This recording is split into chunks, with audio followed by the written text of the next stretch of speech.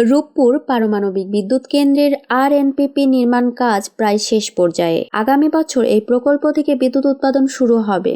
তবে এর আগে চলতি বছরের অক্টোবর মাসে বিদ্যুৎ কেন্দ্রটি পরীক্ষামূলকভাবে চালু করা হবে। প্রকল্প সংশ্লিষ্ট সূত্রে জানা গেছে, রূপপুর পারমাণবিক বিদ্যুৎ কেন্দ্রের প্রথম ইউনিটের কাজ শেষ পর্যায়ে। 2025 সালে প্রথম ইউনিট থেকে বাণিজ্যিকভাবে বিদ্যুৎ উৎপাদনের জন্য প্রস্তুতিমূলক সব কাজ চূড়ান্ত পর্যায়ে এগিয়ে চলেছে। পরে দ্বিতীয় ইউনিটটি উৎপাদনে যাবে পরের বছর 2026 সালে। সংশ্লিষ্টরা আরও জানান, এ প্রকল্পটি চালু করার সময় যে বিদ্যুৎ প্রয়োজন হবে তা বিদ্যুৎ উন্নয়ন বোর্ড থেকে নেওয়া হবে। প্রকল্প এলাকায় এই বিদ্যুৎ সরবরাহের প্রস্তুতির কাজও এগিয়ে চলছে। এর প্রথম অংশের কাজ ইতোমধ্যেই শেষ হয়েছে।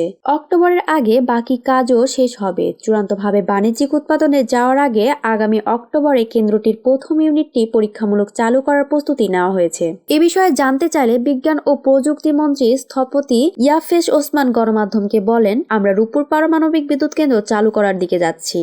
অক্টোবর প্রথম ইউনিট পরীক্ষামূলকভাবে চালু হবে। রাশিয়ার প্রযুক্তি ও আর্থিক সহযোগিতায় পাবনার ঈশ্বরদীর রূপপুরে নির্মিত হচ্ছে দেশে প্রথম পারমাণবিক বিদ্যুৎ কেন্দ্র। এ প্রকল্পটি বাস্তবায়ন করছে দেশটির রাষ্ট্রীয় পরমাণু শক্তি কর্পোরেশন রোসাটম। এই প্রকল্পে রাশিয়ার উদ্ভাবিত 3GVVR 1200 রিঅ্যাক্টর স্থাপন করা হয়েছে।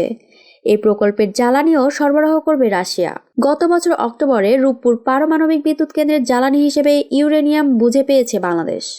এই বিদ্যুৎ কেন্দ্রটি পরিচালনার জন্য বিশেষজ্ঞ তৈরি ও তাদের প্রশিক্ষণের কাজও করছে রাশিয়া। প্রকল্পটি চালুর পর 5 থেকে 6 বছর বাংলাদেশের বিশেষজ্ঞদের সঙ্গে নিয়ে রাশিয়ার বিশেষজ্ঞরাই এটি পরিচালনা করবেন। পরে বাংলাদেশের বিশেষজ্ঞরা বিদ্যুৎ কেন্দ্রটি পরিচালনার দায়িত্ব বুঝে নেবেন বলে জানিয়েছেন প্রকল্প সংশ্লিষ্টরা। ইতোমধ্যে রাশিয়া থেকে প্রশিক্ষণপ্রাপ্তরা প্রকল্প বাস্তবায়নের কাজের সঙ্গে যুক্ত হয়েছেন।